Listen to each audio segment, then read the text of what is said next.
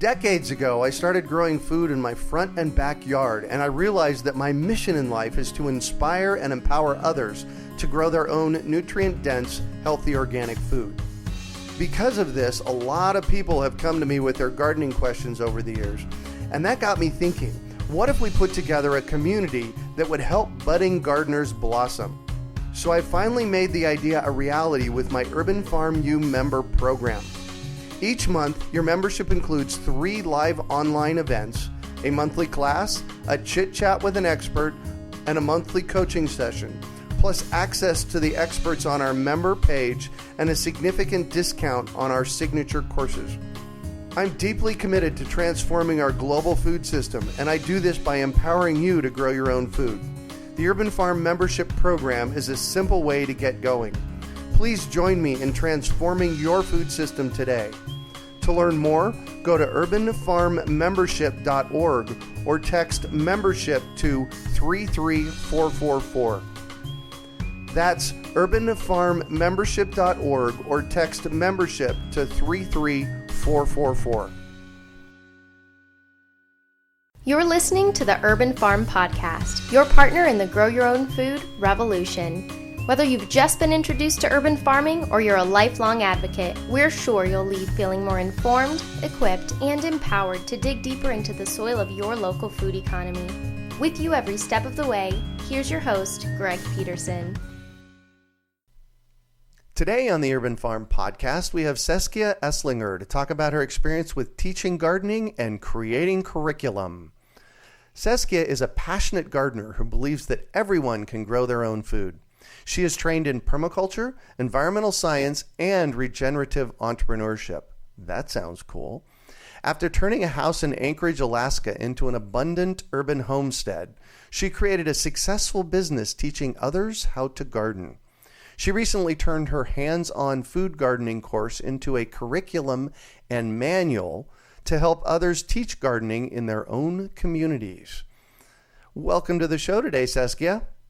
Thanks so much, Greg. It's a pleasure to be here. I'm glad you're here because I always love talking about permaculture and regenerative.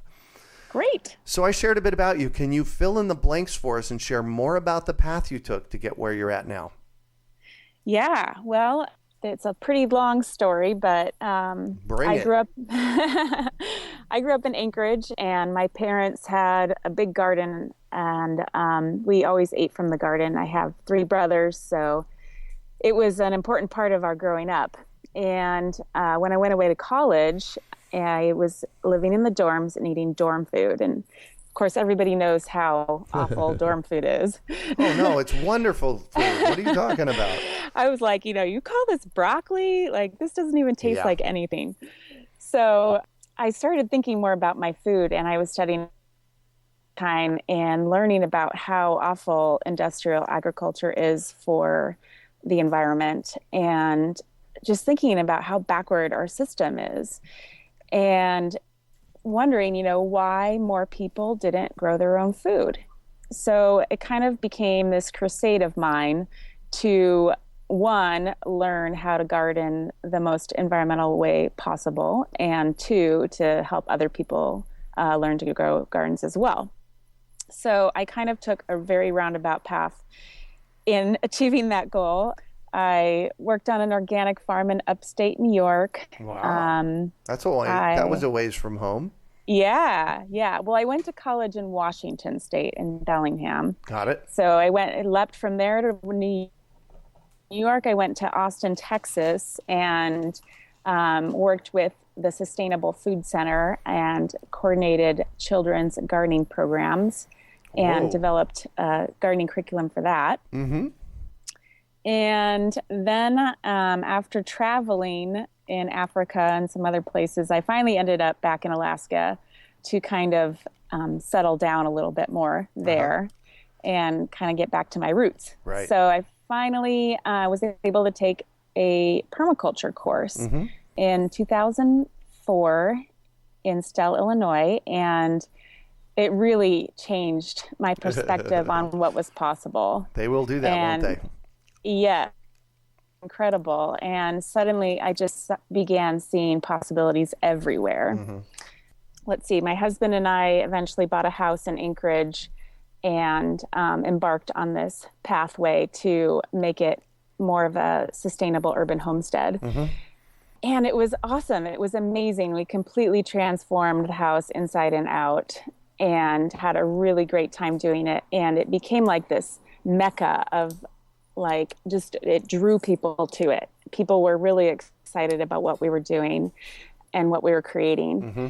And I really wanted to, I was a waitress at the time, and I really wanted to stop waiting tables and start working out this goal of teaching people how to garden. Uh-huh. So that was when I decided to master's degree in regenerative entrepreneurship with Gaia University. Oh, tell us about that. Yeah, so Gaia University is an international university, and it's distance learning. So they don't exactly have courses. It's all hands-on, self-directed learning, and it is fantastic. It is, I would say, on par with the permaculture course in changing the way that I viewed the world and my capacity to make change. Mm-hmm. So I would really encourage anyone that's interested in becoming more empowered to check out Gaia University. So what is regenerative entrepreneurship? Let's not step past that, because that sounds fascinating. It sounds like something I want to go get a degree in. Yeah. Well, it's basically have, green business, which is, making your business the most green, which is kind of similar to organic agriculture, as how organic agriculture is to conventional agriculture. And then the next step past that, or completely approaching it from the other side in a way, is regenerative entrepreneurship, which is very similar to permaculture in the way that it is seeking to make the world a better place through business. And specifically working on the 3 ethics of permaculture, which is earth care, people care, and fair share. So basically the triple bottom line is people, planet, and profit. Right. So we're not just viewing, we're also looking at people and how they exist in this world and how they earn money and how happy they are, right, and stuff like that. So that is the basis of regenerative entrepreneurship. Cool.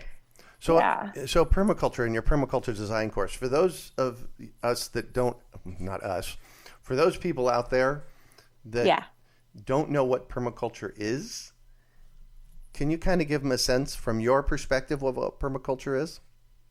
Yeah. So permaculture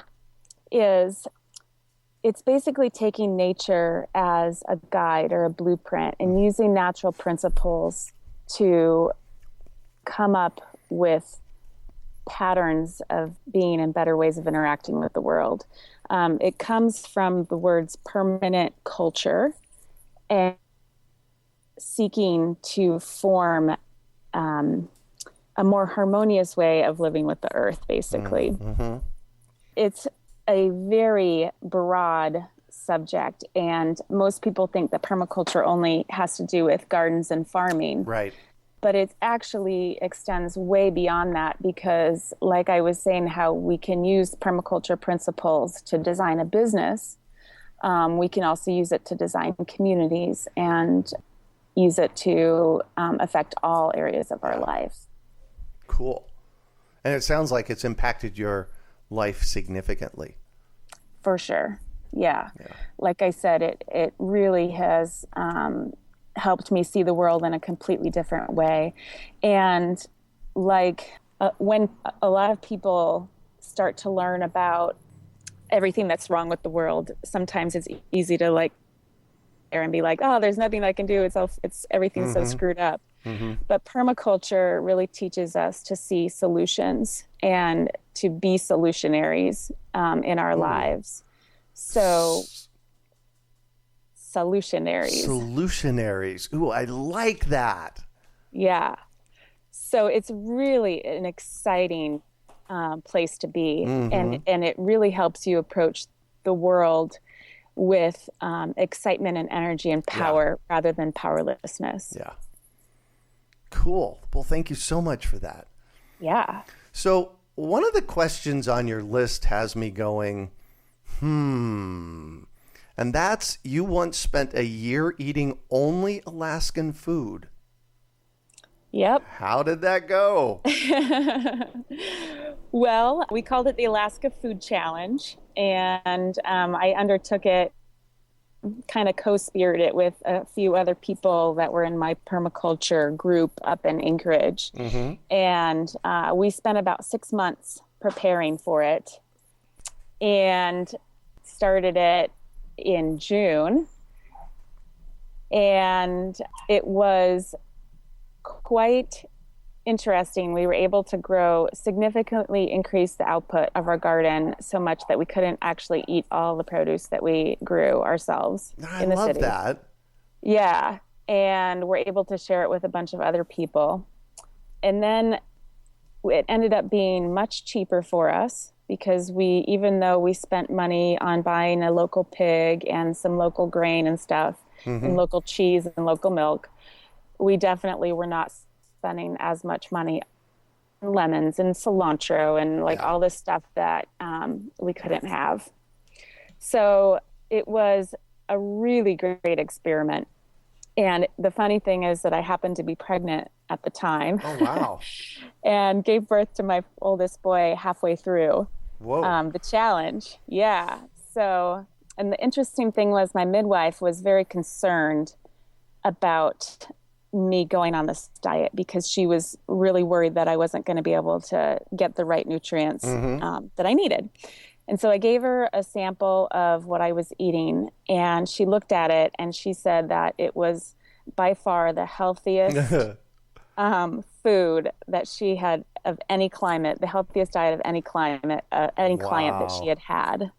So it was really amazing that it was not only it was incredibly difficult in some respects, but it was also incredibly good for us in other respects.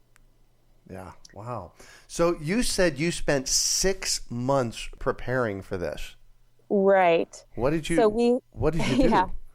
Well, you can imagine that in Alaska, the food system is pretty tough. There aren't there just really aren't that many farmers up there. I mean, they do exist, but it took a lot of sourcing to find out where we were going to get our grains from and our cheese from and things like that. So, and then we also, like I said, wanted to prepare in the garden because we really wanted to grow and see how much we could grow in our garden. And so we were building new garden beds. We were planting extra seeds. We were, putting up lights for our seedlings and things like that. So that was all part of the So it was, we ate some really, really, really good food. And I was deathly afraid that we were going to run out of green things to eat. So I froze 40 pounds of kale or something. Nice. And we didn't even come close to eating all of it. Yeah. So your family husband went along with this? Yeah. Oh, yeah. How cool. And then my son too, when he was born, he had no choice. Yeah, there you go. He was along for the ride. Yep, exactly. And he too, I think, most kids are fed, processed baby foods and rice cereal and stuff. And no, he ate pureed beets and everything else from the garden. Yeah. So pureed salmon and really, really good food. Nice. Nice. So why did you develop your Green Thumb food gardening course? Well, I was really passionate about, like I said, quitting my waitressing job and earning money doing what I love to do. And I had been teaching a few permaculture workshops.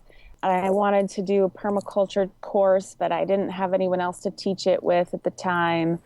And I was just really struggling of how I was going to make ends meet teaching or doing permaculture. So what I found when I was doing my workshops was that a lot of people were the basics of gardening. Like they had in their mind how you grew a garden, and it wasn't at all the reality of really what works.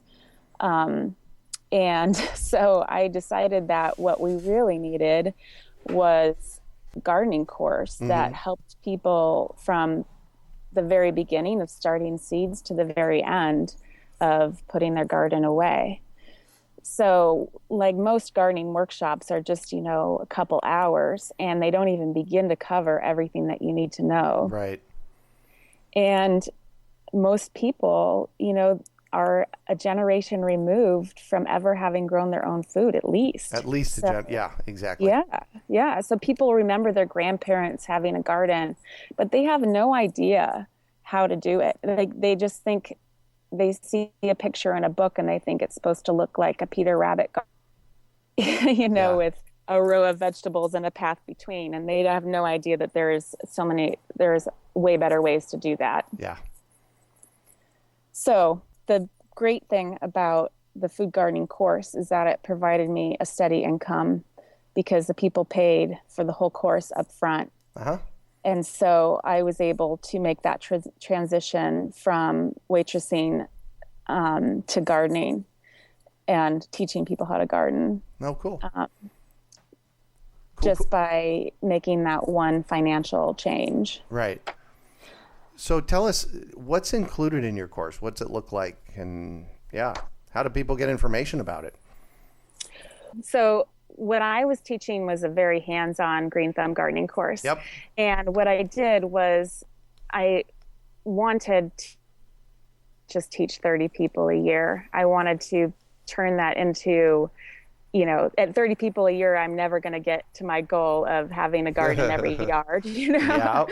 So I needed to form an army of people to help me. And so what I did was I took my curriculum and I changed it into a teacher training so that I could train people to teach the gardening course in their own communities. Mm-hmm. So I think one of the benefits of the Green Thumb course is that it's hands-on. It's not learning through a book or learning through the internet. And I think for gardening, it's really important to have that hands-on training. Yep. And plus, every climate is so different. What we do in Alaska is so different than what you guys do in Phoenix. Oh, yes. And so you need somebody that is in Phoenix doing the gardening there to be teaching the course. Right. And you need to be able to say, what is this problem that I'm having with my leaves, or what is this bug that's on my plants? And, a teacher in Alaska isn't necessarily going to know what's going on with your plants in Arizona. Mm-hmm. So while I thought that originally I thought maybe I would just put the Green Thumb course online, I decided that it was much more powerful to teach the teachers and to have people locally coming together in a group to learn about this and to support each other and to develop relationships. Right. So you're really teaching the teachers in an online course. Exactly. Wow. Yeah. So how does your course work? Well, right now it is an ebook. So you get a complete manual that has all the information that you need to know about starting your own business, and in-depth description and then you get an in-depth description of all of the lessons. Mm-hmm. And there's 13 lessons that have their own handouts, and you get all of the handouts in a separate document that you can modify to fit your climate and your needs. Wow. So the handouts are 2 to 3 pages each. Mm-hmm. So it's quite a lot of information and work that will save you so much time and energy from having to develop your own curriculum and handouts and everything. Wow, cool. So, and then you also get the support of me and an online community of other teachers through a private Facebook group. Nice. Well, I was just going to say that my plan is to turn this into more of a course, an online course where people can watch videos, as I think that will be better for people. But I'm only at stage 1 right now. Yeah. Oh, I understand that one. It's a process getting online content up, that's for sure. For sure. Wow. How cool is that? And how long have you been doing this? I've been working on the curriculum I've been working on getting the teacher training up for about a year. Congratulations. Yeah. It's been a learning experience for sure. Yeah. Oh, yes, I know that.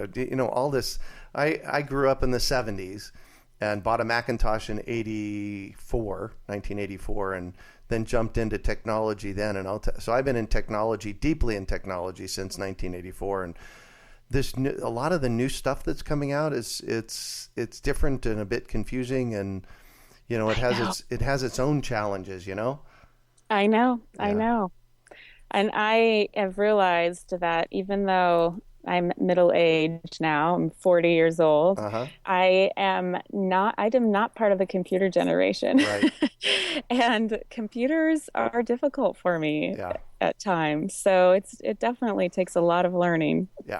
Yeah. Computer. Well, and my biggest frustration is how the technology doesn't work. So yeah, that's it's supposed to work, but it doesn't. So right. At times, for sure. So talking about permaculture, how have you integrated that and used it to develop your business? Well, when I was developing my Green Thumb gardening course, I really used the permaculture principle of stacking functions to make my business stronger. So when I was growing food for my family, as well as providing a learning environment for my students. And for my classes, I would have them build a bed in my garden, because that was part of the lesson. And they would learn about building a garden bed, and I would also get another garden bed. So I was trying to find as many ways to stack functions as possible to reap as many benefits as I could for my business. So you use the term stacking functions. I want you to unpack that a little bit more for people so they get a better understanding of what that means, because it's in my opinion, one of the more important terms in permaculture. Yes, I completely agree. So stacking functions is when you have one element that can serve multiple functions. One element to serve multiple functions. Correct. So for instance, my garden is an element, and it's serving the function of being a space for my classes. So a teaching garden, and it's also serving the function of being a food garden. Cool. Another way that you can look at that is multiple yields. So I'm getting multiple yields from one thing in my design. So in terms of a garden, my chickens provide many yields for me. So they provide eggs to eat, but they also provide a way to compost my weeds and food waste. And they also provide tilling in my garden. So they dig up my garden beds for me and eat all my slug eggs and weed seeds for me. So chickens are functional parts of any garden. Amazing workers. I've said this for years, that anybody that has a backyard, a secured backyard, so a secure chicken coop, you should have 1 or 2 or 3 hens. Well, 3 or 4 hens, let me put it that way. Because they're such great workers out in our backyards, plus they give us eggs. Yep, and they need a flock, so have at least 3. Right, exactly. So one of the ways that I've explained stacking functions to people in the past is that when you go to the grocery store, you don't go to the grocery store and then come home and then go to the pet store and come home and then go to the doctor and come home. You go to the grocery store, the pet store, the doctor, and then come home. And so in planning in urban planning, which I have a degree in urban planning, we call that trip stacking. So I like to kind of point there so that people can really get a good solid idea of this notion of stacking functions. Yes. Yeah. So what else about permaculture? Tell me something cool that you've discovered along the way about permaculture. There's so much. Oh, I know. And I know I kind of blindsided you with that question, but I like to really explore. When people are trained in permaculture, I like to really explore it a little bit. Yeah, for sure. Let's see. Well, I like in permaculture how you can use the principles in all areas of your life. And when my husband and I first went through the permaculture training, we didn't have a garden. And so we really sat down and used permaculture to design our lives. I don't know, it might sound silly, but we really took stock of our goals and we went through the whole planning process, and it's made a difference in our lives for sure. And even though we've taken turns and changes that I didn't foresee back then, I still think that it has made a profound difference for us. Yeah. I like to say that I live a permaculture life here at the Urban Farm, and permaculture touches every aspect of my life. So in the morning I get up, I maybe meditate a little bit. I walk around in the front yard and the backyard here at the Urban Farm. And then I commute to work across the back room into my office. Right? And so, I've really designed a life that works in the flow of nature where I live. So I completely get it when you say that. Yeah. And a lot of people say, if I don't have any property of my own, I can't do permaculture, but that's just not true. That's just not true. Exactly. If you're thinking that, I encourage you to dig in a little deeper and find out what permaculture really is, because it's really, for me, permaculture is a way of being. Yes. Yeah, for sure. So what is your vision for the future of your business? Well, I would like to see, like I mentioned earlier, a garden in every yard. I drive around. I'm in Cleveland right now, and I drive around the city and I don't see hardly any gardens. Yeah. And there's so much grass everywhere. And I just think, what a shame. There could be so much food being produced everywhere. And we need that. And my hope for the future of my business is to have an army of people, of teachers that are working together. And I would like to see Green Thumb classes being offered in every single city in this country, and people like meeting to grow a garden, to people wanting to be a part of that revolution, and feeling like it's not only they should grow a garden, but that they want to. Yeah, I noticed that when I've been to Europe twice in the past 15 years, and I noticed that both times I was in Italy once, and I was in Croatia a second time, about 10 years later. And when I walked up and down the streets in both of those countries, everybody had gardens. Yes. Everybody was growing food. In fact, my Croatia trip was 2 years ago, and I went on a work study project with Arizona State University, and they brought me along to teach permaculture. And interestingly enough, when I got there, they were already doing permaculture. They didn't need me to teach them how to do it, which was really cool. Of course. Yeah, exactly. But one of the groups that I spoke to while I was there had started a community garden and I was there in June. They started a community garden in April, and they opened 100 plots. Wow. The 100 plots disappeared in 30 days, and they had a 100-person waiting list. Oh my gosh. For their community garden. So This isn't just something that's happening in the United States. We are seeing this all over the world, which is so incredibly cool. Well, and I've heard and seen that the future of the world is not going to be saved by, genetic modification and green agriculture. Yeah. It's truly going to be saved by everybody having a small plot and doing their own horticulture in their backyard. Yeah. Amen to that. Yeah. Amen to that. It's so empowering too, to put the future of our world in our own hands instead of someone else's hands. Yeah. Yeah. And, really that's the solution. In my opinion, that's the solution. Is we need to figure it out. We can't count on anybody up there to give us anything. We need to figure it out on our own. Exactly. Yeah. So you and your husband sold your home in Anchorage. What are you doing now?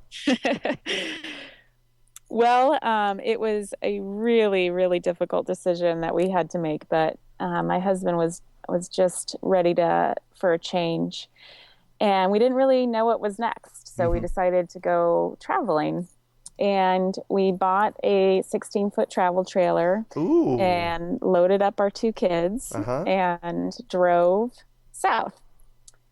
And it was wintertime, so we kept driving. We got to Mexico. Oh my gosh. And we kept driving. You really drove south. Yeah, we did. Hold on. And you kept driving past Mexico? And we kept driving past Mexico. And we got to Guatemala. Wow. And we bought a sailboat. So okay, that you got me on that one. I was speechless on that one. It's like I didn't know what to say. It's like, wow. Okay, good. Now what? And then what? So, and then it was hurricane season. Oh.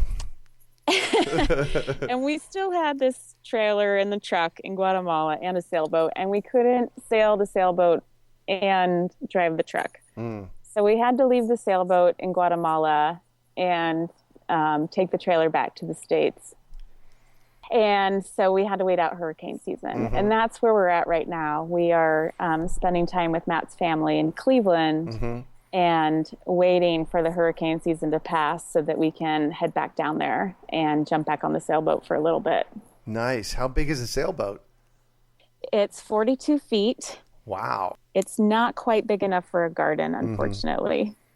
Well, that's okay. But it's still exciting. I've been on sailboats multiple times, and it's such a different life.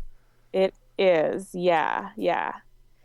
And we're really looking forward to exposing the kids. My boys are 2 and 4 years old right now, and just really kind of opening them up to different ways of life. Oh, yeah.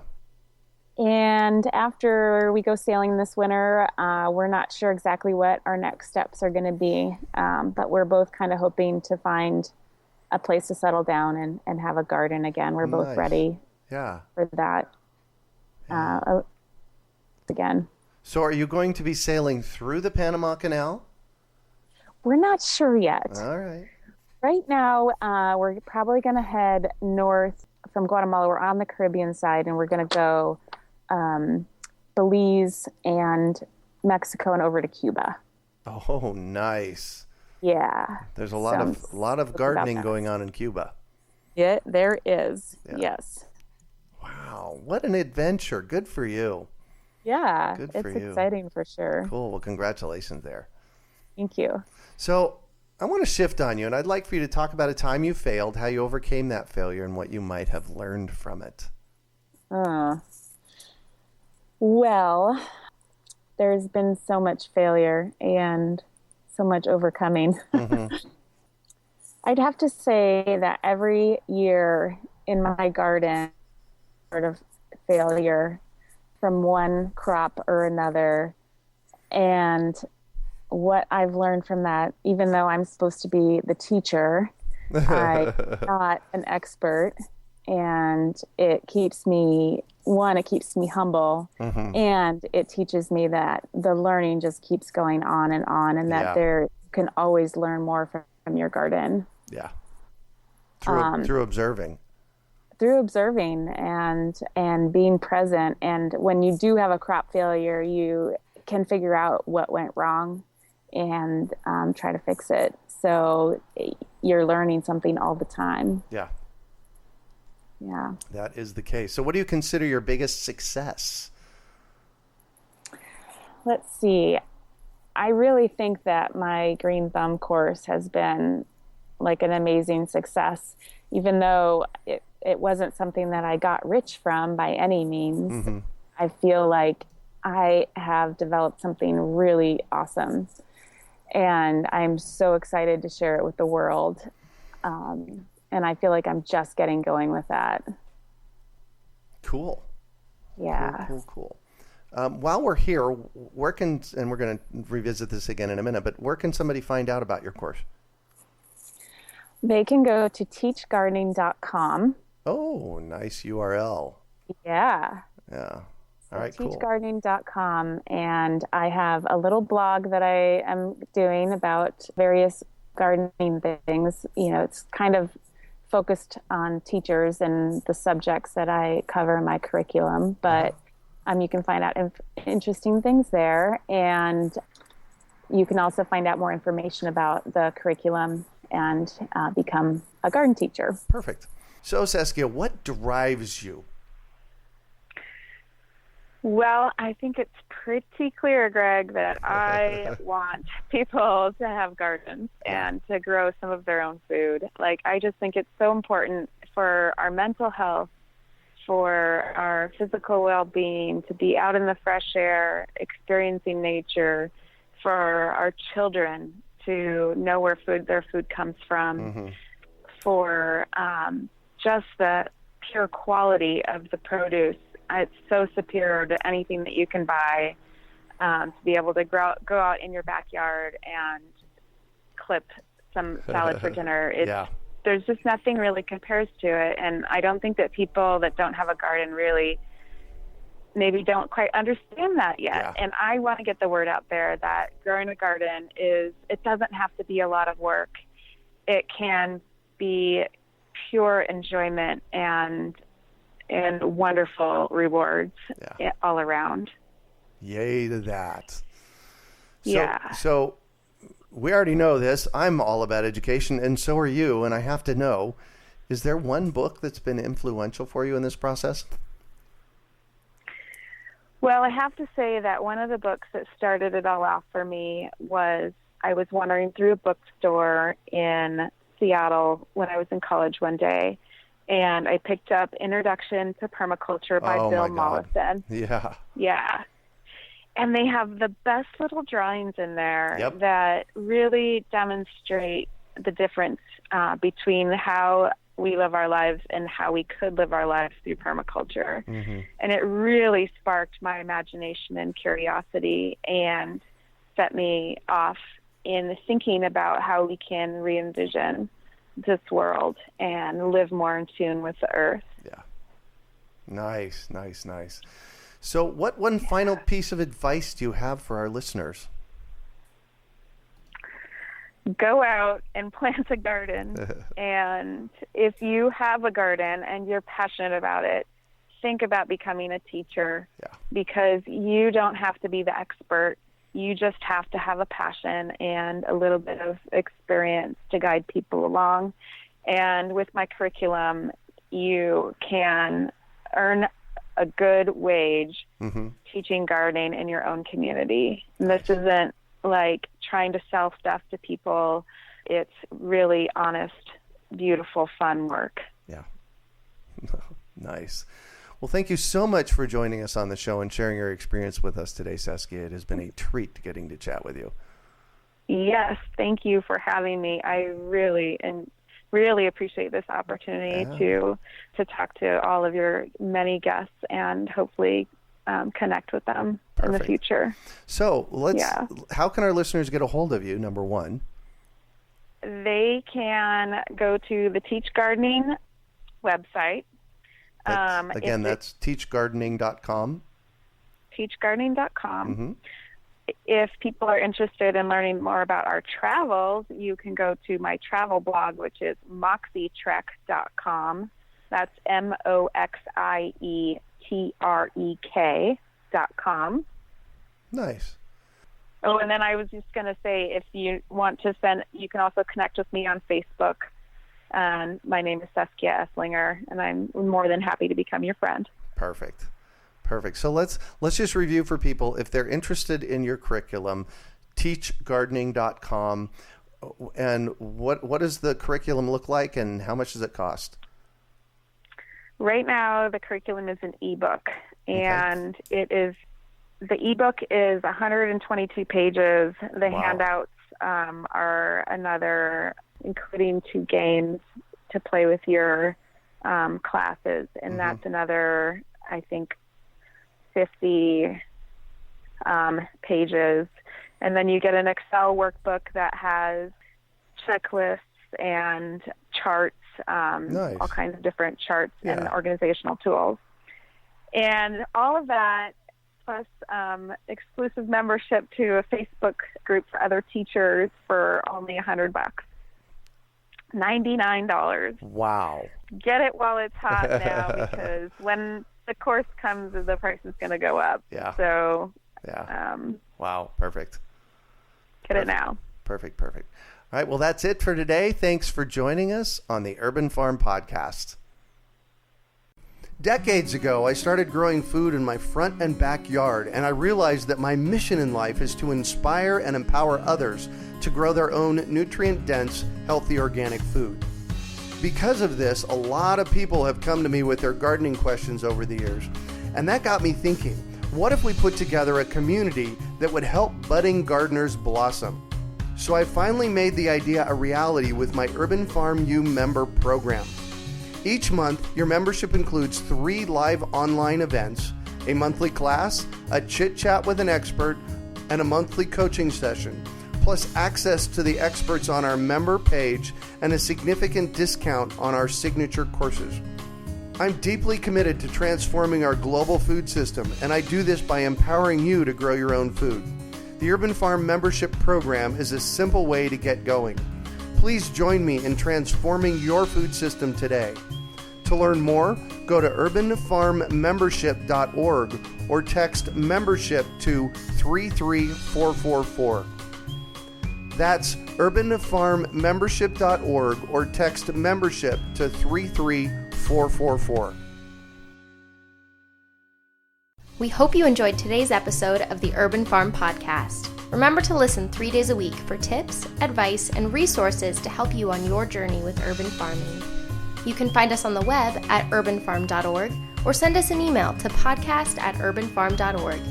In the words of Vincent van Gogh, great things are done by a series of small things brought together. Be encouraged that with each lesson learned and skill developed, you are one step closer in the direction of your dreams.